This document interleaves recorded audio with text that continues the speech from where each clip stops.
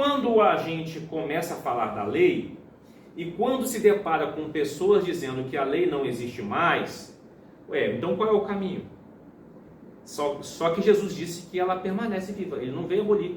Enquanto o céu e a terra existirem, enquanto as coisas não se cumprirem, a lei está viva, está funcionando. Mas antes de a gente adentrar especificamente na lei, é muito importante entender quem é o Senhor. Qual é o caráter do Senhor? É o que está lá em Êxodo 34, 6 a 7, quando o Senhor se apresenta para Moisés. O Senhor passou diante de Moisés, proclamando: Javé, o Senhor, ou Jeová, na sua versão, o Deus da compaixão e misericórdia. E eu sou lento para me irar. Você já trabalhou com gente lenta? O seu filho é lento?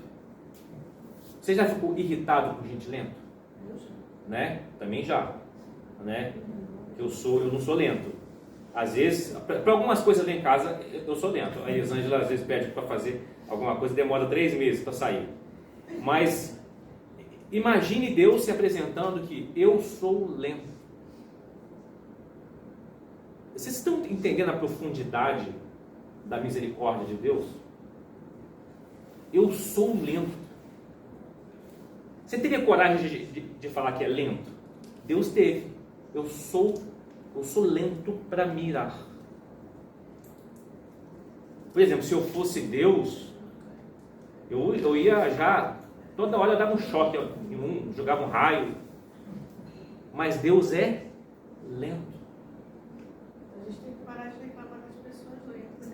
Parar de reclamar, porque Deus também é lento, né? E Deus se apresenta como lento. Gente, conhecer Deus dessa forma é sensacional. Ele é Deus da compaixão, misericórdia e é lento para se irar, cheio de amor e fidelidade. Aí uma galera falando que o Deus do Antigo Testamento é diferente do Novo.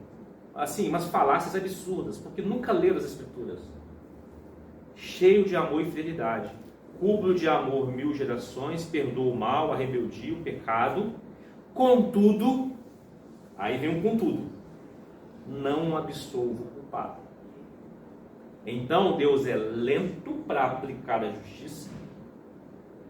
Ele dá oportunidade por compaixão e misericórdia para que as pessoas olhem para o Criador e viva como gente, simples assim, viva como gente conforme era o propósito original, né? Corrijam seus caminhos, mas ele não vai absolver quem não desejar.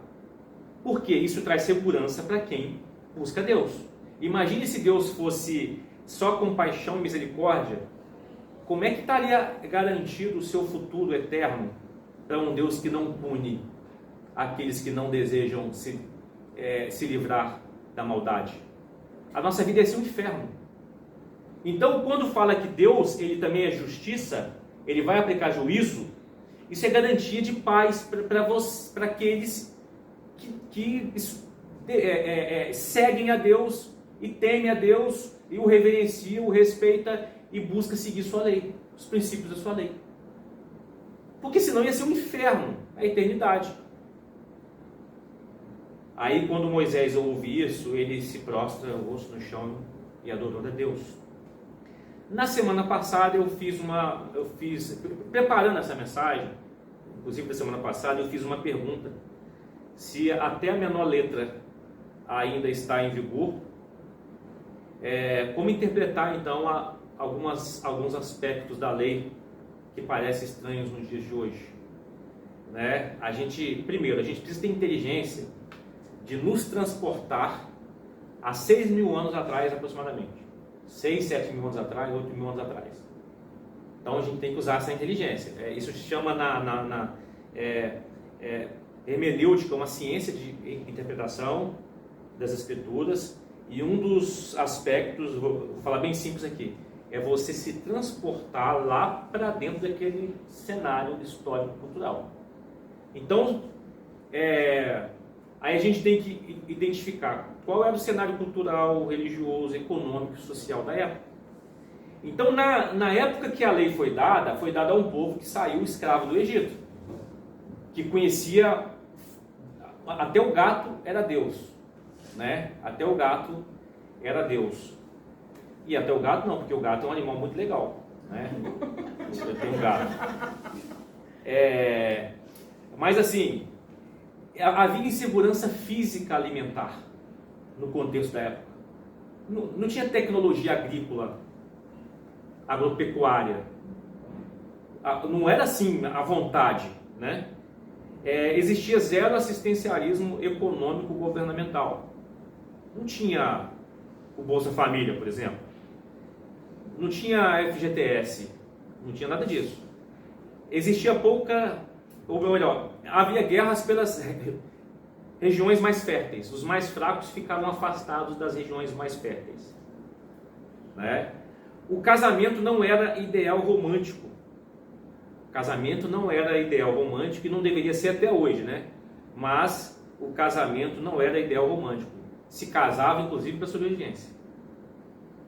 Que até hoje a gente vê algumas coisas também assim.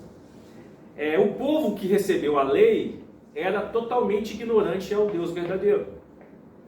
E havia uma atmosfera espiritual pesada, porque uma criação de inúmeros falsos deuses. É muito importante, então, quando você vai olhar alguns itens dos mandamentos, é que Deus está legislando dentro de uma cultura real, e não de uma cultura idealizada, e não na cultura perfeita. Então Deus está legislando dentro de uma cultura real, Ele está lidando com uma sociedade real, com as limitações culturais, e não é o padrão de Deus. Então Ele vai fazer o quê? Amenizar aquele contexto ruim e trazer direitos a algumas coisas. Aí, por exemplo, foi falado na semana passada, um homem que na lei ele poderia vender, se ele fosse vender a filha como escrava. A pessoa, a Naná, vender a Letícia como escrava. Hoje parece estranho. Mas naquela época, quando se vendia o filho como escravo, era garantia que a filha não iria morrer de fome. Ela estaria num lugar onde havia produção de alimento. E aí a própria lei em Êxodo 21 dá alguns direitos, né? Então a Lelê, se o filho do patrão lá gostasse da Lelê e quisesse casar com ela, a Lelê, vendida como escrava, já não seria tratada como no nível de serva, mas a Lelê tinha que ser tratada como filha.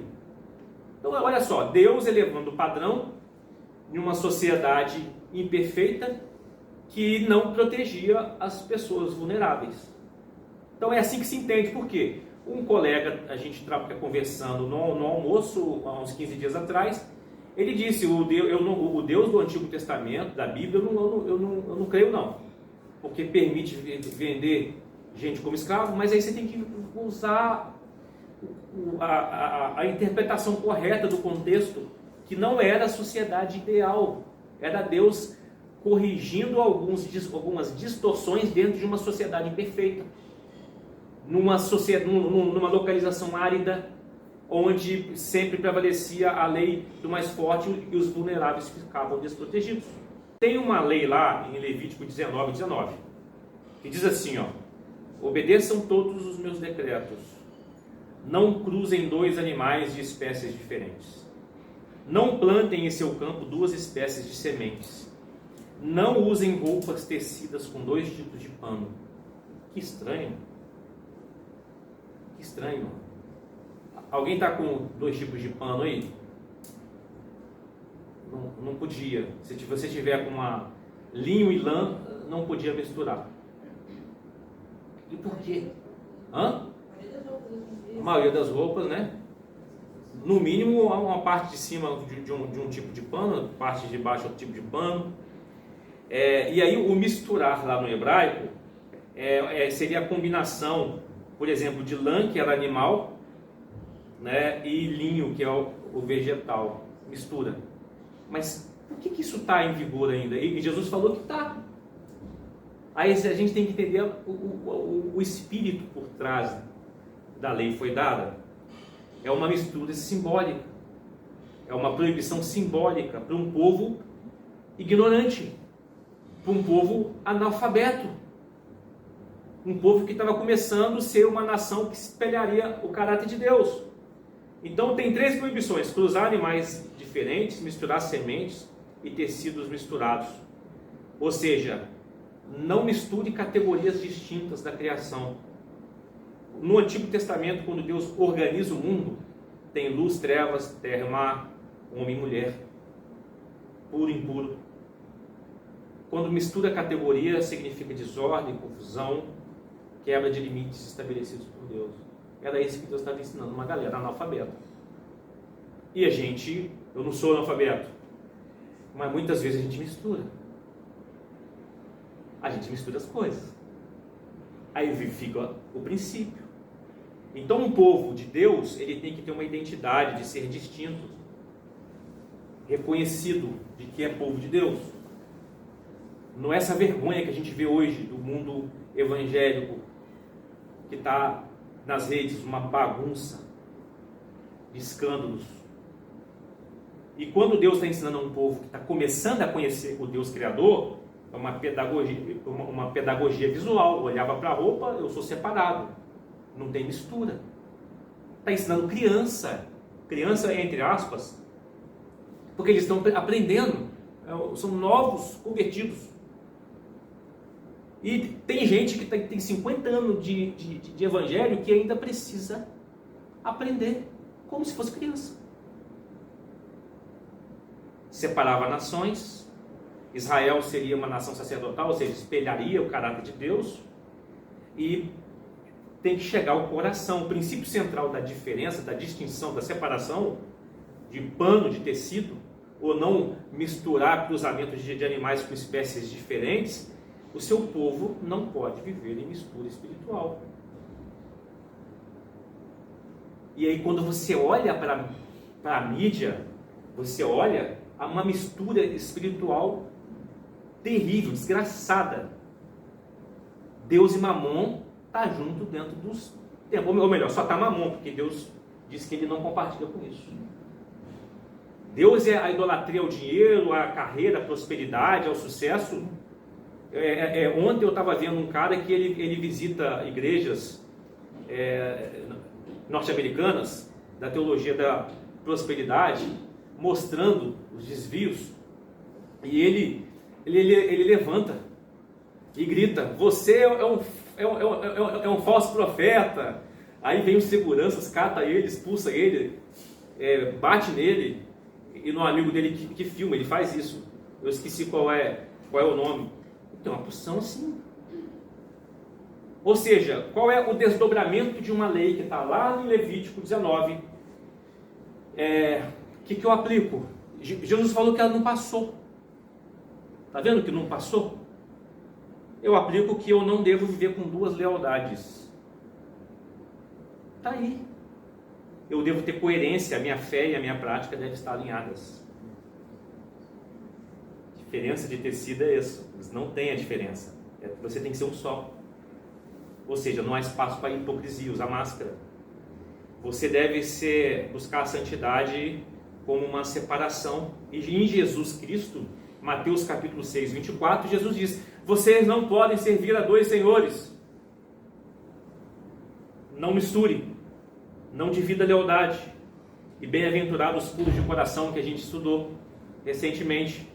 E o puro, lá no grego, é sem mistura. Então Jesus cumpre. Eu vim cumprir. Não passou. Não misture tecidos. E Jesus disse: não misture seu coração. A lei está em vigor. É assim que interpreta a lei. Dúvidas? Perguntas? Posso usar Você pode usar roupas. Você pode usar roupas misturadas. Porque agora, o que o apóstolo Paulo citou? Que a lei era uma babá, Galatas 3, o aio, o tutor. A lei era uma babá que te leva até a crescer e até a Cristo, a maturidade de Cristo. Então, para aquele povo lá, não. Ignorantes, analfabetos, eram escravos, não tinham como estudar, conhecia só os deuses egípcios, adorava gato, adorava vaca, adorava sol, a lua, a água, o Nilo. Aí vem essa galera ignorante, analfabeta, crianças, entre aspas. Agora nós não precisamos mais. Para que eu tenho que obrigar o Alex a usar roupa, não misturar lã com linho? Porque o Alex entendeu que o princípio da lei em Jesus é não misturar o seu coração com falsos deuses. Não há mistura de desejos estranhos ao caráter de Deus. É por isso que Paulo fala que a lei é a babá que levou até a Cristo. Entendeu quem é Cristo? Não precisamos seguir algumas coisas que eram simplesmente didáticas e pedagógicas. E Jesus disse: enquanto o céu e a terra existirem, ela não passou. Mais um exemplo que alguns entendem que isso aqui tem pastor famoso, querido, que não entendeu esse texto. E critica a lei. Que, tá vendo uma lei dessa? Uma lei dessa, como é que pode existir? Né? Isso é absurdo. Isso não tem mais nada para seguir nisso e tal. Tem lá em Deuteronômio 22, 28 a 29, diz assim: quando o homem achar uma moça virgem, que não for desposada, ou que não tiver comprometida em casamento, e pegar nela, estou usando a Almeida Corrigida e Fiel, que fica mais fiel ao texto, e pegar nela e se deitar com ela, e forem apanhados, o homem que se deitou com ela dará ao pai da moça 50 ciclos de prata, e porquanto a humilhou, ela lhe será por mulher, e não a poderá despedir em todos os seus dias. Esse texto aqui é tratado como estupro, mas o texto não está querendo bem dizer isso não. Primeira coisa, que um pouco antes, no verso 25, trata do estupro. O cara que pegar uma jovem no campo, uma mulher, e estuprá-la, ele é morto. Tá? Então ele era morto. Nesse caso, o cara não é morto. O que aconteceu aqui? Forem apanhados. Houve uma concessão, por mais que a princípio foi uma imposição, deu uma forçada de barra. Eles forem apanhados, foram flagrados, porque logo, um pouco antes, a mulher tinha que gritar caso ela fosse pega. Se ela não gritasse, era considerada como uma concessão. Foram apanhados. Aí o homem, então, já que foi flagrado, aquele casal foi flagrado, ele deve pagar ao pai da moça 50 ciclos de prata. Porquanto a humilhou. Quando se usa a palavra do hebraico humilhar, é porque perda de virgindade naquela época, no Oriente, a mulher ficava uma vida desgraçada. Ela não conseguia casamento, não conseguia sobreviver. Ela poderia, inclusive, viver de bedicância. Então, socialmente, ela ficaria mal falada, esculhambada, afastada do convívio social, inclusive. Por isso que o texto está dizendo por quanto a humilhou. Então, agora, vocês que foram apanhados, o texto diz apanhados no flagra, agora vocês vão ter que se casar. E você, cara, que deu essa forçada de barra, você nunca mais vai divorciar dessa mulher. Você vai ter que ter um compromisso com ela agora. É isso que o texto está dizendo. Não é o mesmo verbo que é utilizado no verso 25 para estupro violento. Simplesmente houve, certo, sim, uma forçação de barra, mas houve concessão e eles foram flagrados. O verso 25 fala linguagem com violência, e no verso 28 não estão com violência assim. E foram encontrados. Em outra versão, eles foram encontrados. É um contexto de flagrante e não necessariamente violência. Ou seja, qual é o princípio por trás da lei? Essa lei não passou. Essa lei não passou. Jesus falou que nem a pequena letra passou. Como que a gente interpreta isso? Sexo gera responsabilidade e não pode ser tratado apenas como consumo. O princípio é esse da lei.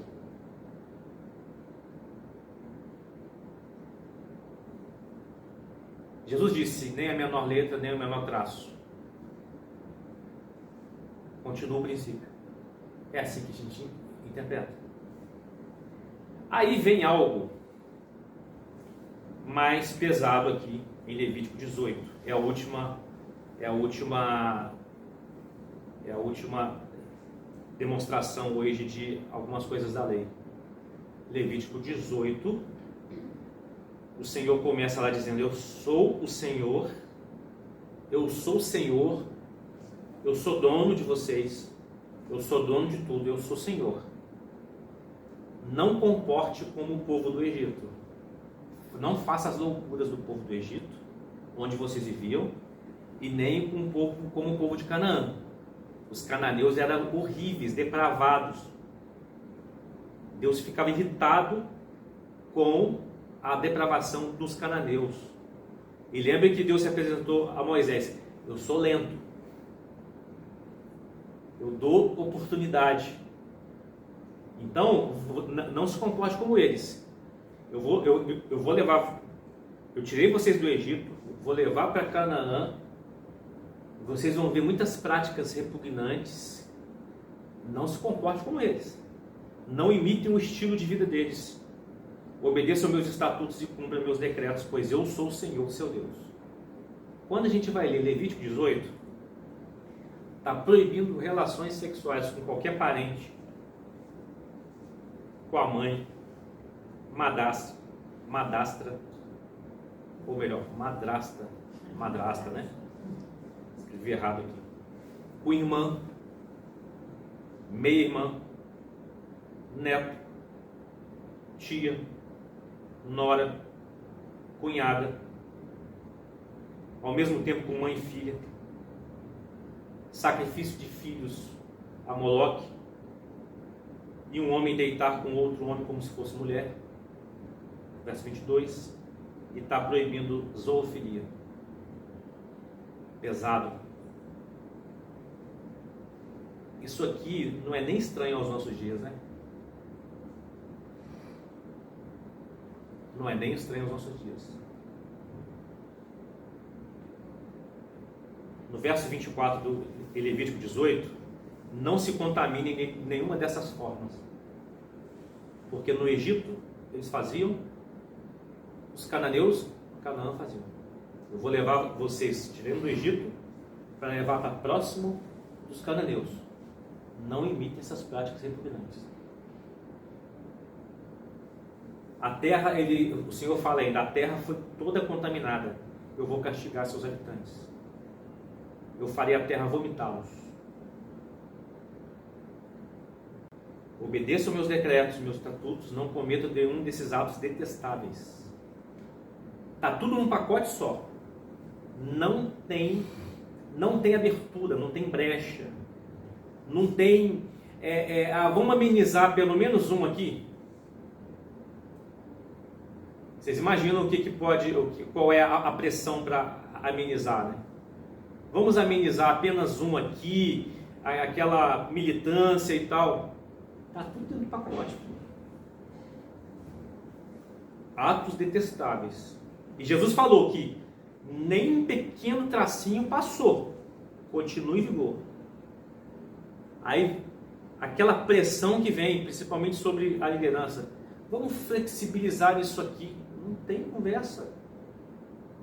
E eu lamento de muita liderança que começou bem e está sendo engolido por reinterpretações e por dizerem que isso não se aplica mais. Mas Jesus falou que aplica. Enquanto tiver céu e terra, aplica. Jesus fala em Levítico 18, 6 vezes: eu sou o Senhor. Se Ele é Senhor, a gente não tem nada. A nossa lei não tem valor acima da lei dele. No verso 10, está falando que todo esse pacote de pecados aqui é maldade e perversão. Inclusive a sociedade, mesmo a sociedade caída, entende que tudo isso é maldade e perversão. Existe apenas um item aqui, que foi dito dentro desse pacote aqui, que a galera tenta flexibilizar. Mas o Senhor disse que é maldade e perversão. Relacionamento sexual com qualquer parente, com mãe, madrasta, irmã, meia-irmã, neta, tia, nora, cunhada, junto com mãe e filho ao mesmo tempo, sacrificar filhos, homem se deitar com outro homem como se fosse mulher. Isso aqui não é vítima de violência, é desejar se posicionar dessa forma, zoofilia. Verso 10, isso é maldade e perversão. Todo Levítico 18 é contaminação, abominação, é detestável, tem a palavra confusão e depravação. Isso não caducou, isso não passou.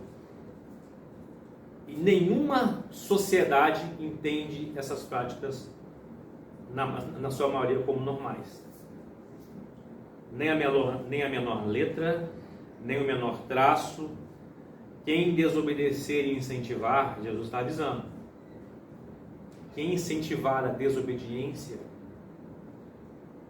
mas quem obedecer e ensinar, vai ser recompensado. E Jesus fala que o padrão é maior que a religiosidade vive. O padrão é maior. Se vocês querem entrar no reino de Deus, o padrão é maior. Por exemplo, uma Assembleia de Deus no Pará, igreja gigante lá. O pastor presidente tinha relacionamento com a nora e havia suspeito que os 2 filhos eram do pastor presidente. O filho sabia e estava conivente com isso. Repugnante, né? A sociedade acha isso repugnante. Então, é uma lei que está muito explícita. Você não precisa nem ficar procurando o espírito por trás da lei. No capítulo inteiro, tem esse contraste em Levítico 18. Não fareis como no Egito e nem como em Canaã. Eu sou o Senhor vosso Deus. Ou seja, a sexualidade não deve ser moldada pela cultura, mas pelo caráter de Deus. Qual é o espírito da lei? Por trás disso tudo, Deus está formando um povo diferente, inclusive diferente na forma de desejar. Diferente na forma de desejar. Em Levítico 18, repete-se várias vezes: a terra se contaminou. Isso é profundo. Então, o pecado sexual não é algo apenas tratado como privado, porque ele afeta a pessoa. Ele afeta a identidade da pessoa. Ele machuca pessoas.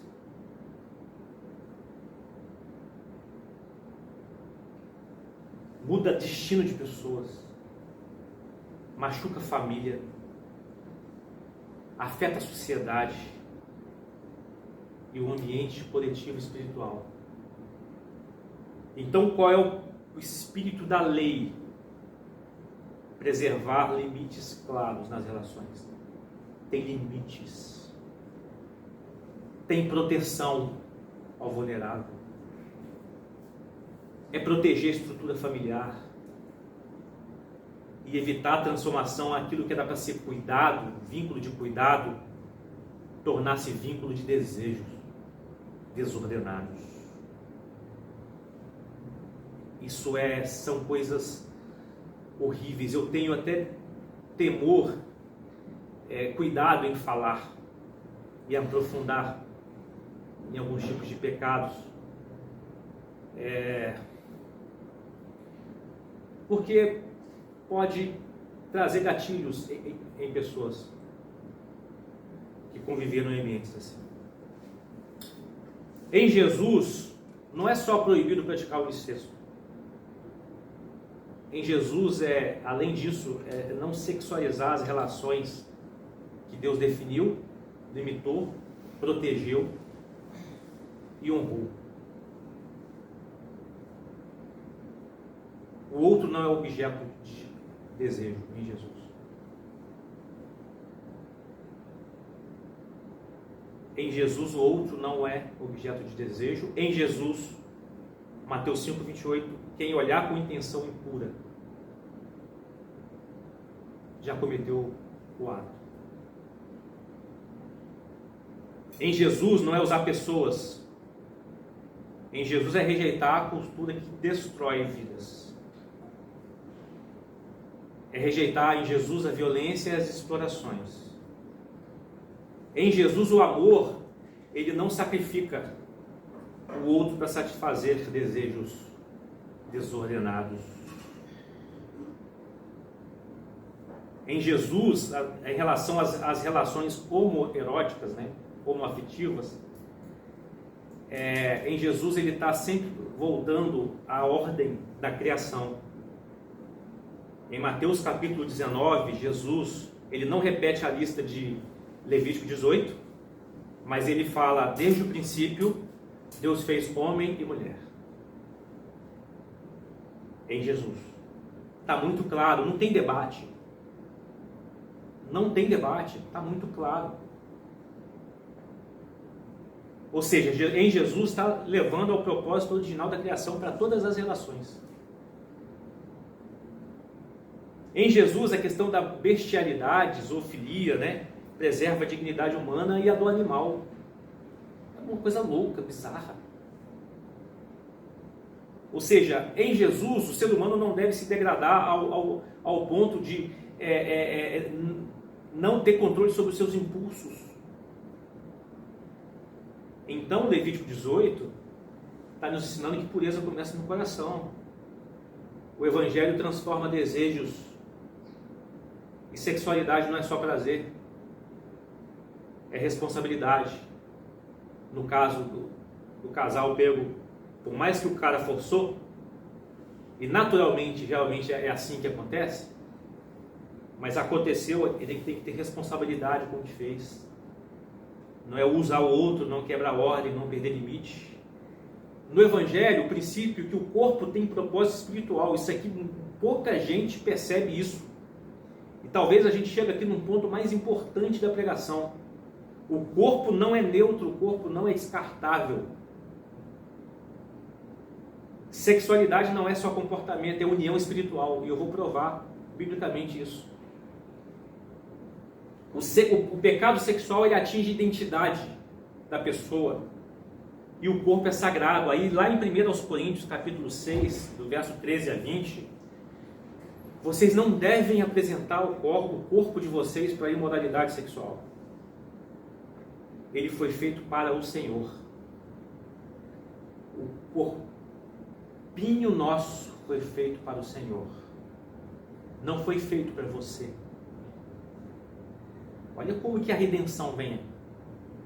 O relacionamento que o Senhor tem conosco inclui o corpo.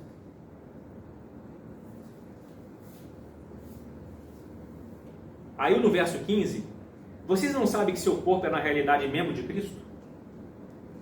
Isso é forte. O nosso corpo é membro, faz parte, unido a Cristo. Meu corpo, minhas regras. O corpito não é seu, é do Senhor. E quando há imoralidade sexual, no verso 16, o contato um com o outro se torna um só.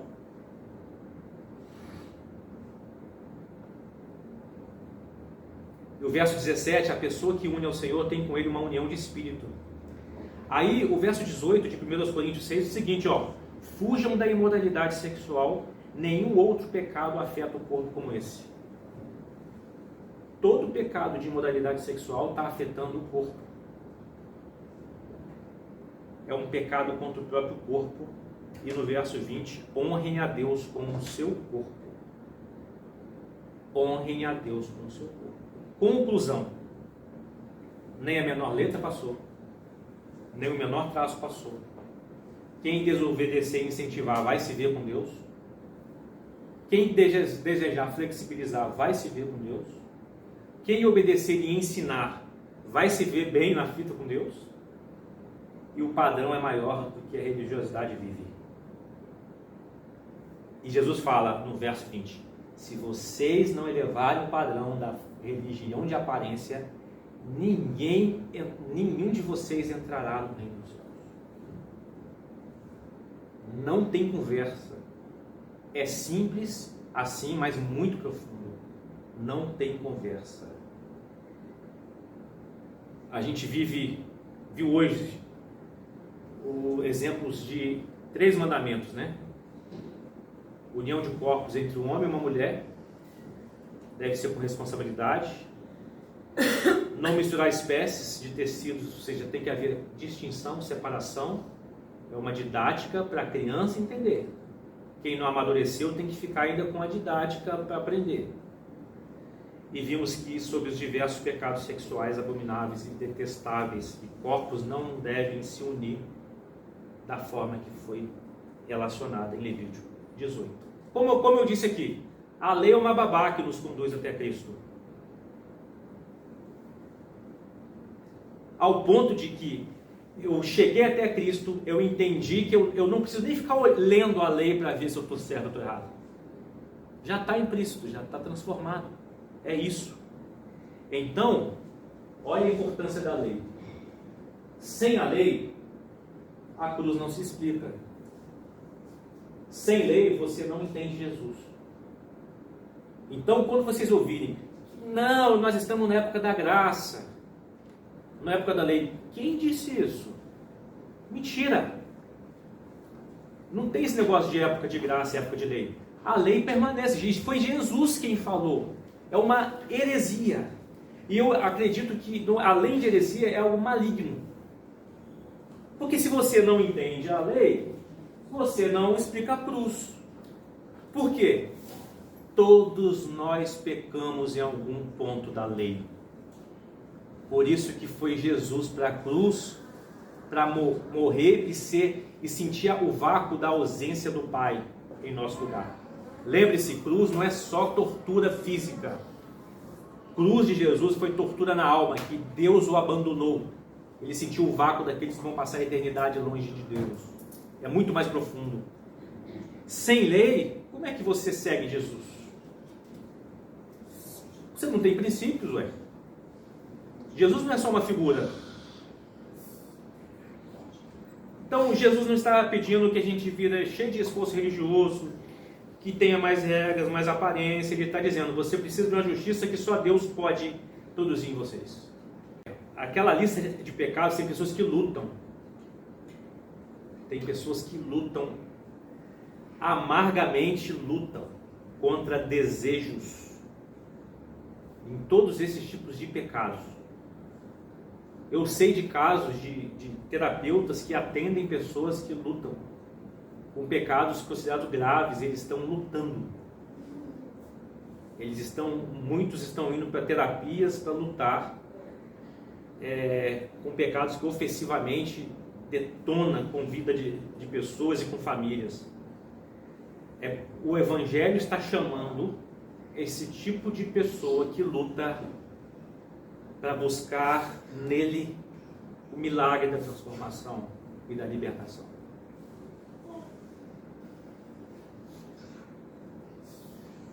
Porque esses pecados distorcem a identidade. Essas pessoas, no fundo, estão vivendo momentos terríveis e fazendo pessoas sofrerem de formas terríveis. Há muitas pessoas que são viciadas em pesquisar esses tipos de pecados na internet, inclusive. O Senhor precisa fazer um grande milagre na vida dessas pessoas.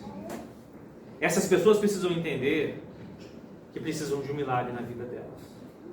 Essas pessoas precisam ser acompanhadas. Às vezes a gente precisa estar preparado para cuidar, receber e tratar de pessoas assim. Que se eu entendi o princípio, entendi quem é o Deus, eu amo a lei de Deus, porque ela traz paz, ela me devolve identidade, ela busca os seus princípios me levar ao propósito da criação. Uma pergunta para a gente analisar se a gente já suavizou a lei, suavizar a lei, porque percebeu que as regras não têm efeito algum sobre nossos desejos. Então a gente vai vivendo a vida, cometendo algumas coisas e a lei não é bem assim não, porque a gente já ficou normal para a gente a transgressão. Fica normal, mas na lei diz para você não fazer isso. O cobiçar ou o invejar também está na lei. Fica tão normal. Ah, mas não é bem assim não. Suavizou a lei. Aí a gente vai avançando, né, para outros tipos de pecados, vai convivendo com aquilo e vai suavizando a lei, porque percebeu que a lei não tem efeito nenhum. Significa o quê? Que nós não estamos ainda transformados ao caráter de Deus. Você já analisou, já percebeu o quanto o pecado tem poder de alterar a nossa identidade? É uma desgraça. Altera a nossa identidade, altera o propósito original que Deus tem para a nossa vida. E a identidade das pessoas que estão próximas a você? Às vezes você olha assim, nossa, a pessoa é muito boa, mas existe algo que ela faz que torna ela desfigurada. Uma desgraça, uma pessoa desgraçada, ou uma pessoa rejeitada socialmente. Como o pecado tem um poder desgraçado de alterar a nossa identidade. Aí a pergunta, você agora entendeu que Jesus não aboliu a lei? Ele veio para esclarecer o quanto o pecado distorce a nossa identidade.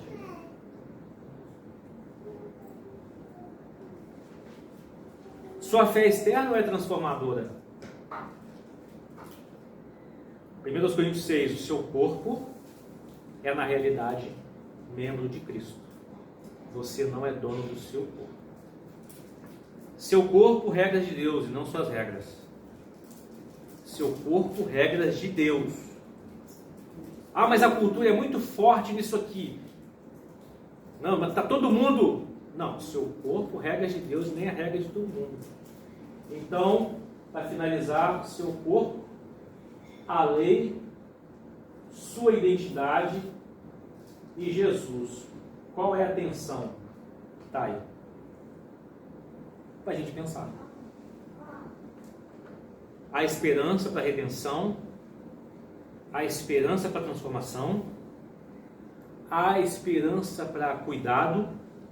Não precisamos querer a morte das pessoas que cometem os pecados relacionados.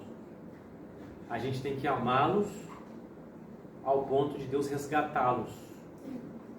Resgatá-los na identidade em Jesus. E outra coisa, galera. Pode ser que a gente vá, até no nosso último dia de vida, lutar contra desejos. Não pense que evangelho você toma uma anestesia, igual você toma um tramadol no hospital. Evangelho, você vai ter que lutar contra desejos até o fim. Esmurrar o seu próprio corpo. E para isso é necessário um milagre da transformação, o entendimento de quem é Deus, arrependimento consciente e buscando parecer com Jesus. Evite o perigo de parecer certo e estar errado. Falei muito tempo. Mas não sei se você entendia a lei dessa forma. Não sei se você caiu no conto do vigário de que não existe mais lei, tudo é época da graça. Jesus disse que não passou e existem princípios, e esses princípios nos ajudam a não distorcer nossa identidade e nossa semelhança com o Senhor. Evangelho não é inclusivista, porque Jesus disse: se a vossa justiça não exceder o padrão dos religiosos hipócritas que aparecem por aí, que só mostram casca, nenhum de vocês, ele está falando para Pedro, Tiago, João é o barquinho, né? Pedro, Tiago, João, barquinho, Filipe, e João era aquele que recostava, amicíssimo de Jesus. Jesus falou para João, se a sua justiça não estiver além da religiosidade padrão, você não vai estar no reino do céu. Imagine para nós, né? Ele trata, obviamente, todo mundo igual, porque Deus é justo. Então se alegre que Deus é lento. Deus é lento. Quando você ficar com raiva que alguém é lento, lembre que Deus disse que Ele é lento para aplicar a sua justiça. Ele tem misericórdia, dá tempo para que as pessoas voltem para Ele. Vamos orar. Deus, obrigado pela lei. Obrigado pela lei que nos mostra que todos nós somos pecadores e precisamos crer na obra da cruz em Jesus. Perdoa-nos, Senhor, quando nós muitas vezes tentamos minimizar alguma parte dos princípios da lei de Deus, porque a gente já convive, a gente ama esse tipo de pecado. Perdoa-nos, Senhor. Acorda no Senhor.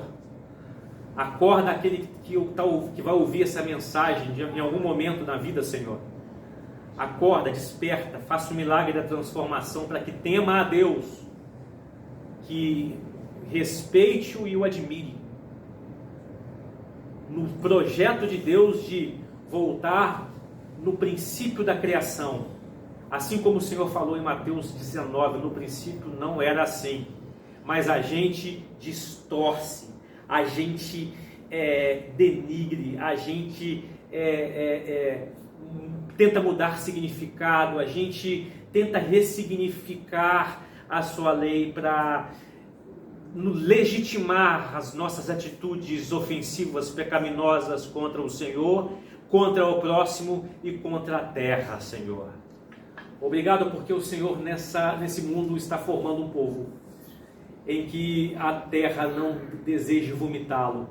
Pelo contrário, Senhor, um povo que traz sabor e iluminação para aqueles que estão perdidos. Aqueles que estão, Senhor, obcecados, aqueles que estão escravizados por desejos. Senhor, que haja a redenção desses desejos, que haja o milagre da transformação e que eles busquem ao Senhor sem medo de serem rejeitados, Senhor, mas sim com o desejo de serem transformados.